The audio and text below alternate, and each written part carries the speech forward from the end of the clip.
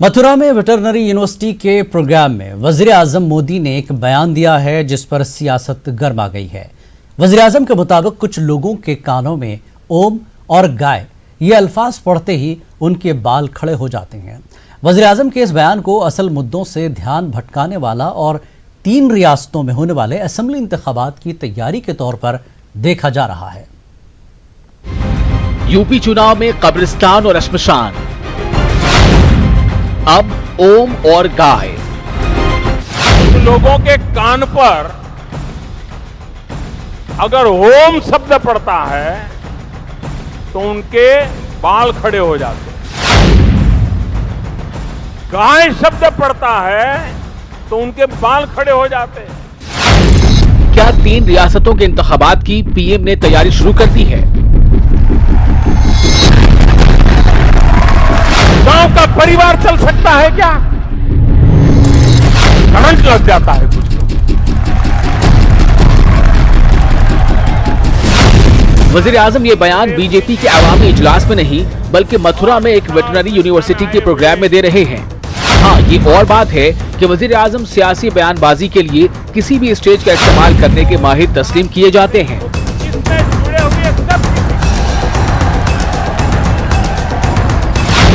अभी तक तो किसी भी गैर सरकारी या सरकारी इवेंट में कांग्रेस और गांधी खानदान की तनकीद वजीर आजम के एजेंडे में शामिल रहा है, लेकिन ऐसा पहली मर्तबा हुआ है कि वजीर आजम ने किसी यूनिवर्सिटी की तकरीब में किसी मखसूस तबके को अपने बयान से निशाना बनाया है।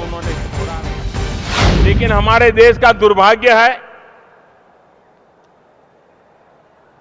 कुछ लोगों के कान पर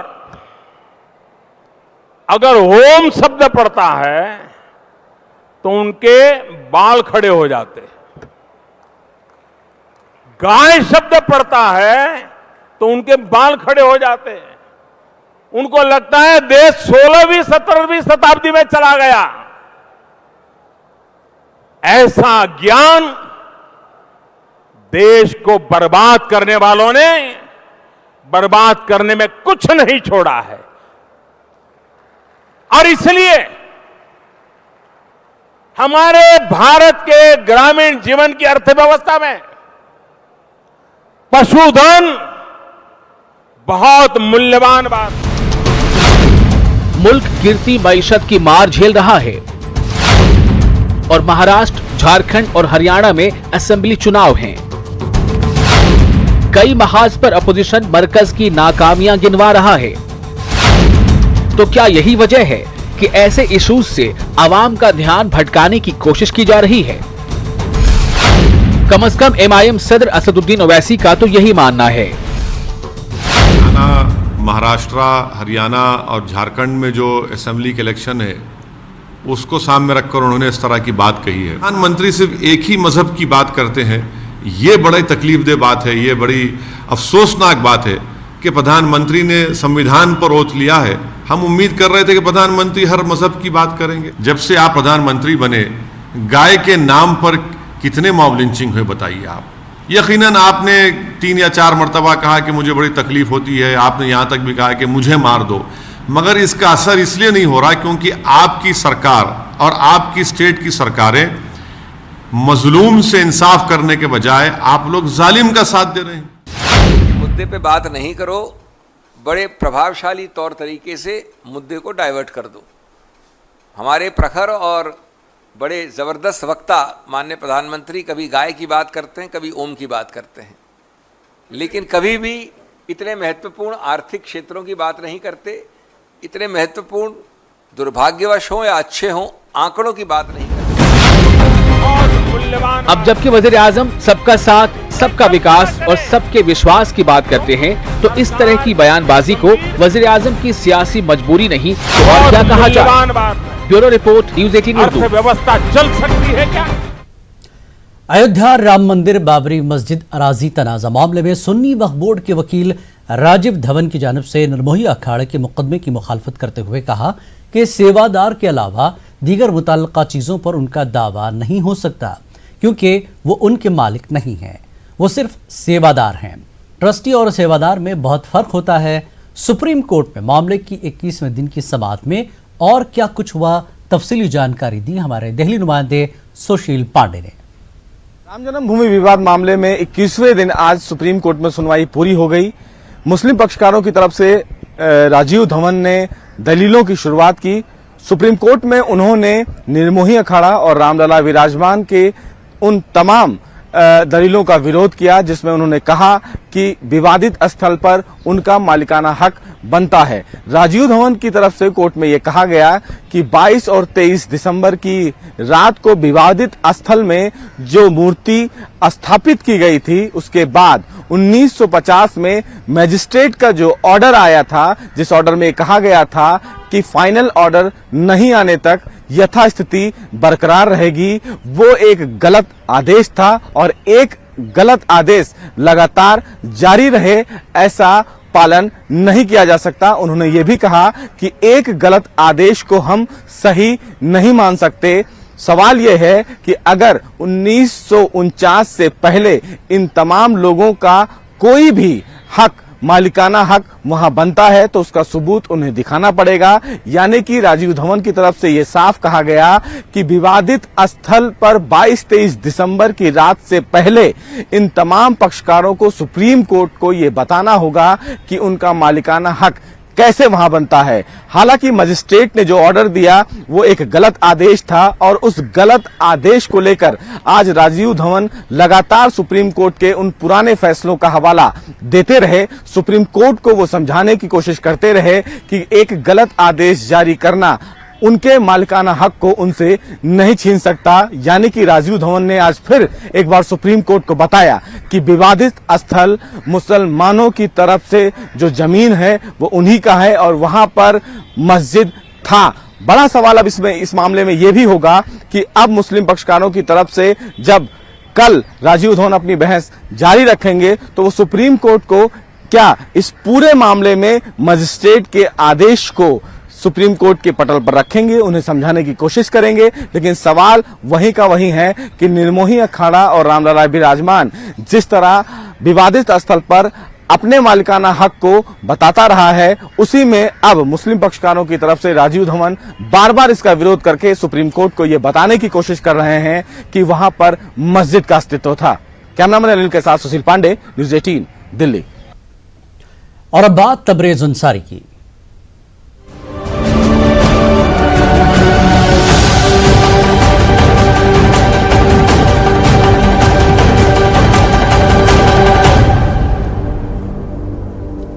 हुजूमी तशद्दुद के शिकार तबरेज अंसारी मामले में झारखंड पुलिस के जरिए कत्ल की दफा हटाने पर मुसलमानों और दीगर सियासी व समाजी तंजीमों में शदीद नाराजगी देखी जा रही है।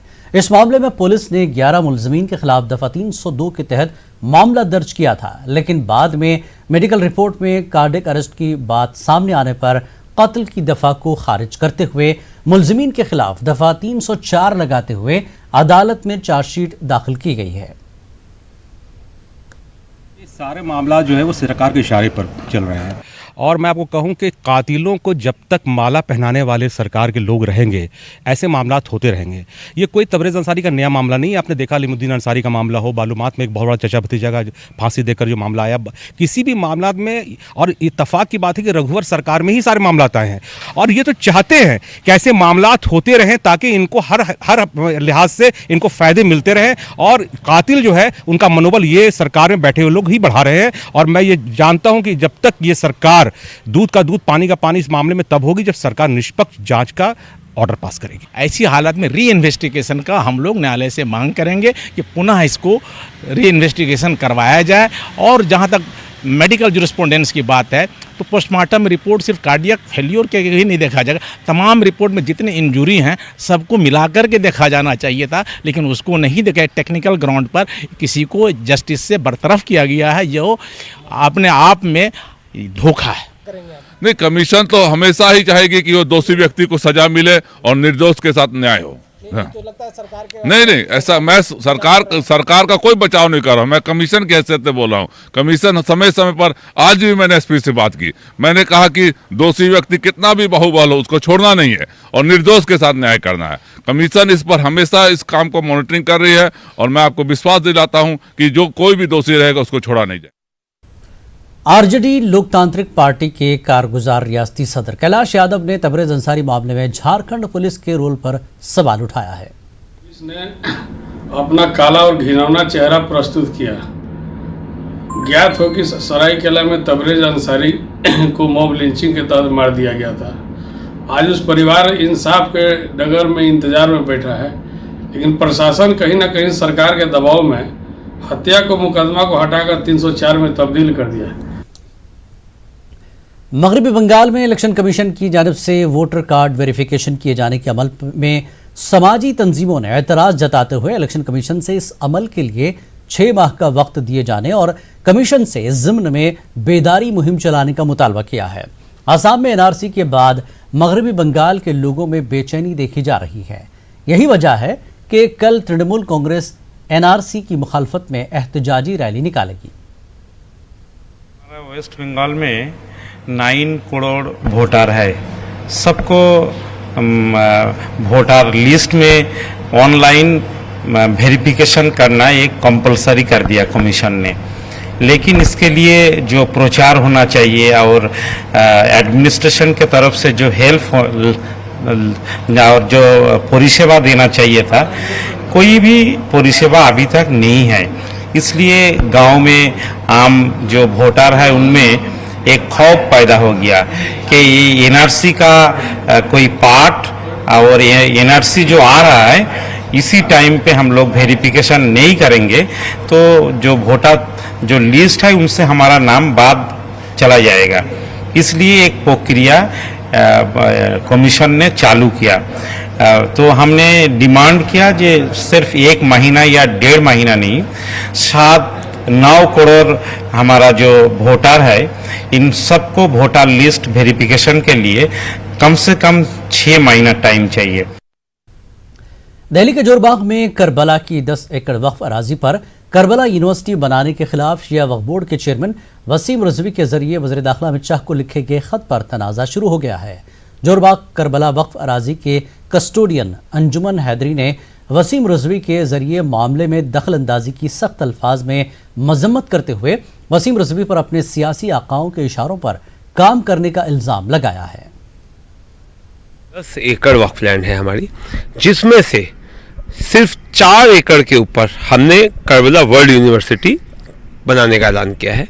उसके अलावा यहाँ पर रोज़ा इमाम हुसैन अलैहिस्सलाम भी यहाँ पर बनाया जाएगा। जहाँ तक वसीम रिजवी ने ये कहा कि यहाँ पर इस्लामिक यूनिवर्सिटी बनाई जा रही है, तो उन्होंने एक दुश्मन ताकतों के एजेंडे पे काम करते हुए जो पिछले 15 दिन से यहाँ पर एक्टिव हैं, वक्फ बोर्ड के बाहर भी उन्होंने कुछ प्रोटेस्ट करने की कोशिश की थी यूनिवर्सिटी रुकवाने के लिए। ये उनके साथ मिलके जो कांग्रेसी नेता जिनका यहाँ कब्जा था उनके इशारे पे काम कर रहे हैं। वक्त एक ब्रेक का, ब्रेक के बाद फिर लौटेंगे।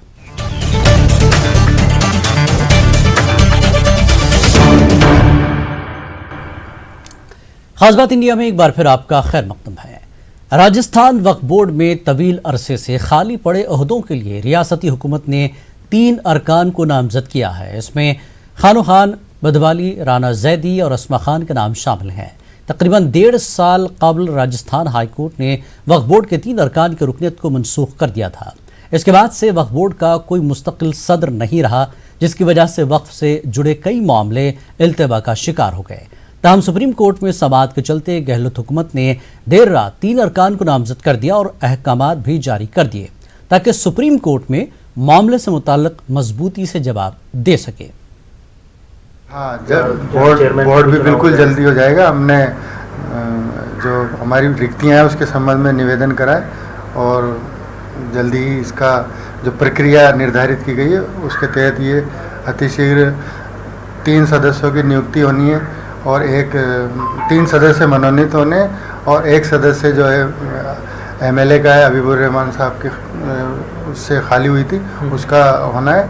उसके बाद अध्यक्ष का चुनाव होगा। 9 सदस्य होता है तो अभी वर्तमान में 9 का बोर्ड है, जिसमें अभी 5 सदस्य कार्यरत हैं। 4 पोस्टें खाली हैं, जिसमें से 3 पोस्टों के लिए मनोनयन होना है और 1 पोस्ट के लिए निर्वाचन होना है। लंबे अरसे से बिना अध्यक्ष के चल रहे राजस्थान वक्फ बोर्ड के लिए राज्य सरकार ने 3 सदस्यों को मनोनीत किया है। खानो खां बुधवाली को समाज सेवा कोटे से शामिल किया गया है, जबकि अस्मा खां को सुन्नी स्कॉलर कोटे से। वहीं पर राना जैदी को यहाँ पर शिया स्कॉलर कोटे से राज्य सरकार ने राजस्थान वक्फ बोर्ड के सदस्य के रूप में मनोनीत किया है। इनके अपॉइंटमेंट के बाद में राजस्थान के अंदर वक्फ बोर्ड का कोरम पूरा हो जाएगा। इसके साथ ही विधायक कोटे से सदस्य को आमंत्रित करने के लिए भी वक्फ बोर्ड ने चुनाव करने की तैयारी कर ली है। जब सभी 9 सदस्य पूरे हो जाएंगे तो 1 से 1.5 महीने में राजस्थान के अंदर मुस्लिम वक्फ बोर्ड के अध्यक्ष के लिए चुनाव कराया जाएगा और उसके बाद में वक्फ बोर्ड के कामकाज को कुछ गति मिल पाएगी। कैमरा पर्सन दिलीप चेची के साथ में अरबाज अहमद, न्यूज़ 18 जयपुर। यौम आशुरा के मौके पर अजमेर में शुहदा करबला की याद में हाई दोष की रस्म अदा की जाती है। इस रस्म को सिर्फ अजमेर में ही अदा किया जाता है। इस रस्म में सोसाइटी पंचायत इंदरकोटियान के लोगों ने हाथों में नंगी तलवारें लिए भूखे प्यासे तलवारबाजी करते हुए शुहदा करबला को खराज अकीदत पेश किया। इस रस्म को पुलिस और इंतजामिया के आला हुकाम की निगरानी में अदा किया जाता है।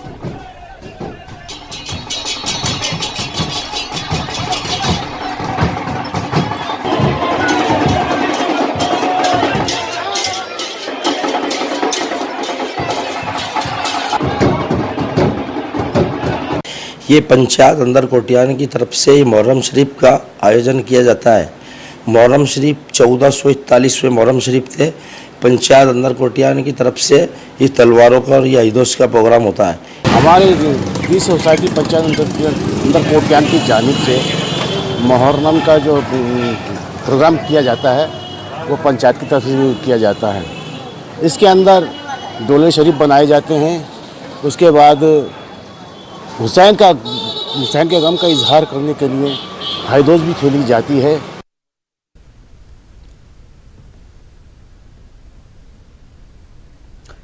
इलाहाबाद में घरेलू हवाई सर्विस शुरू होने के बाद यहां से बराह रास्त हज की सर्विस शुरू होने की उम्मीदें अब काफ़ी बढ़ गई हैं। अक़लियती उमूर के मरकजी वजीर मुख्तार अब्बास नकवी ने कहा कि आज़मीन हज की बढ़ती हुई तादाद को देखते हुए जल्द ही इलाहाबाद से हज के सर्विस शुरू करने पर गौर किया जा रहा है। पेश रिपोर्ट। हज कमेटी की तरफ से इलाहाबाद के आज़मीन के लिए 865 का कोटा मुकर्रर है और इस साल ये तादाद बढ़कर 1000 होने की उम्मीद है। अक़लियती उमूर के मरकजी वजीर मुख्तार अब्बास नकवी का कहना है कि आने वाले दिनों में आज़मीन हज की तादाद इंडोनेशिया के आज़मीन हज से तजावुज कर जाएगी। जहाँ तक सवाल है एम्बार्केशन पॉइंट का या जो हवाई अड्डों से अन्य जाने की स्थिति है, तो कौन कितने लोग यहाँ से अप्लाई करते हैं, क्या उसका रेशो होता है, उसके बाद जो अधिकारी है उसका अध्ययन करेंगे। देखिए, हमारे यहाँ 21 एम्बार्केशन पॉइंट हैं जहाँ से लोग हज पर जाते हैं। लगभग 2 लाख हज यात्री इस बार जो आज़ादी के बाद से अब तक का रिकॉर्ड है वो हज यात्रा पर गए थे। इस बार उम्मीद है कि और संख्या बढ़ेगी और ये जो 2 लाख संख्या है वो दुनिया के किसी भी देश से ज़्यादा है। केवल एक इंडोनेशिया ऐसा है जिसके कि करीब 8-9 हज़ार हमसे ज़्यादा जाते हैं। कश्मीर टेलीकम्युनिकेशन और इंटरनेट खदमात को लेकर दरपेश मुश्किलात के चलते जामिया मिल्लिया इस्लामिया ने कश्मीरी तलबा के लिए मदद का हाथ बढ़ाया है। जामिया मिल्लिया ने इंडिविजुअल रिस्पॉन्स की बुनियाद पर तलबा की मदद करने की यकीन दहानी कराई है।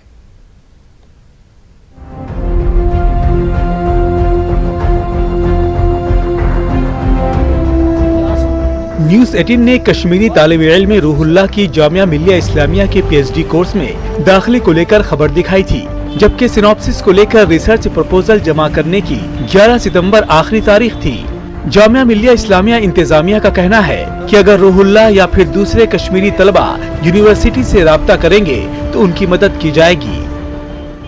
जो भी केसेस आपने जो आपने बताया जिसके जो संज्ञान में लाए आप हमारे रूहुल वाला केस, अभी तक रूहुल की तरफ से कोई भी यूनिवर्सिटी को जो है कांटेक्ट नहीं किया गया है और उसने बताया कि आपके हिसाब से उसने PhD में अप्लाई किया। उस आपकी इस स्टोरी से ये साफ नहीं होता कि उसने किस कोर्स में या किस डिपार्टमेंट में जो है PhD के लिए अप्लाई किया। वो अगर इन्फॉर्म करते हैं, जो हमारे यहाँ चीफ कोऑर्डिनेटर एग्जामिनेशंस हैं, एडमिशन्स हैं, अगर उनको इन्फॉर्म करेंगे तो उसमें भी जो बेस्ट पॉसिबल रास्ता है वो निकालने की कोशिश की जाएगी। और जामिया मिल्लिया इस्लामिया में इन दिनों PhD के एडमिशन हो रहे हैं। 11 तारीख तक प्रपोजल ऑफ रिसर्च जमा करने के लिए कहा गया था, जबकि डिपार्टमेंट रिसर्च कमेटी के लिए सिनॉप्सिस प्रेजेंटेशन भी होना है। 16-17 सितंबर को इंटरव्यू के लिए जाएंगे। ऐसे में यूनिवर्सिटी इंतजामिया का कहना है कि शेड्यूल पहले से तय है, फिर भी जो मदद मुमकिन है की जाएगी। तो ये पूरा शेड्यूल पहले से तय किया हुआ था और सिनॉप्सिस की जहाँ तक बात है वो अभी तक जिनका आपने नाम लिया स्टोरी में, उन्होंने यूनिवर्सिटी को अप्रोच नहीं किया है कि ये प्रॉब्लम उनके साथ है। किसी भी तरीके से वो अप्रोच कर सकते हैं, वो अगर लैंडलाइन के थ्रू या जो भी संभव है वहाँ से उससे वो करेंगे, तो उसमें जो मुमकिन होगा यूनिवर्सिटी की तरफ से वो देखा जाएगा। मरगूब नाम के एमटेक के तालिब इल्म की मदद यूनिवर्सिटी इंतजामिया ने दाखिले की तारीख निकल जाने के बाद भी की है। शेड्यूल एंट्रेंस के बाद तकरीबन 1 महीना पहले ही जारी कर दिया गया था, फिर भी कश्मीर के हालात और कश्मीरी तलबा को दरपेश मुश्किलात के मद्देनजर जामिया इंतजामिया पॉजिटिव अप्रोच दिखा रहा है। न्यूज़ 18 उर्दू के लिए दिल्ली से खुर्रम शहजाद की रिपोर्ट।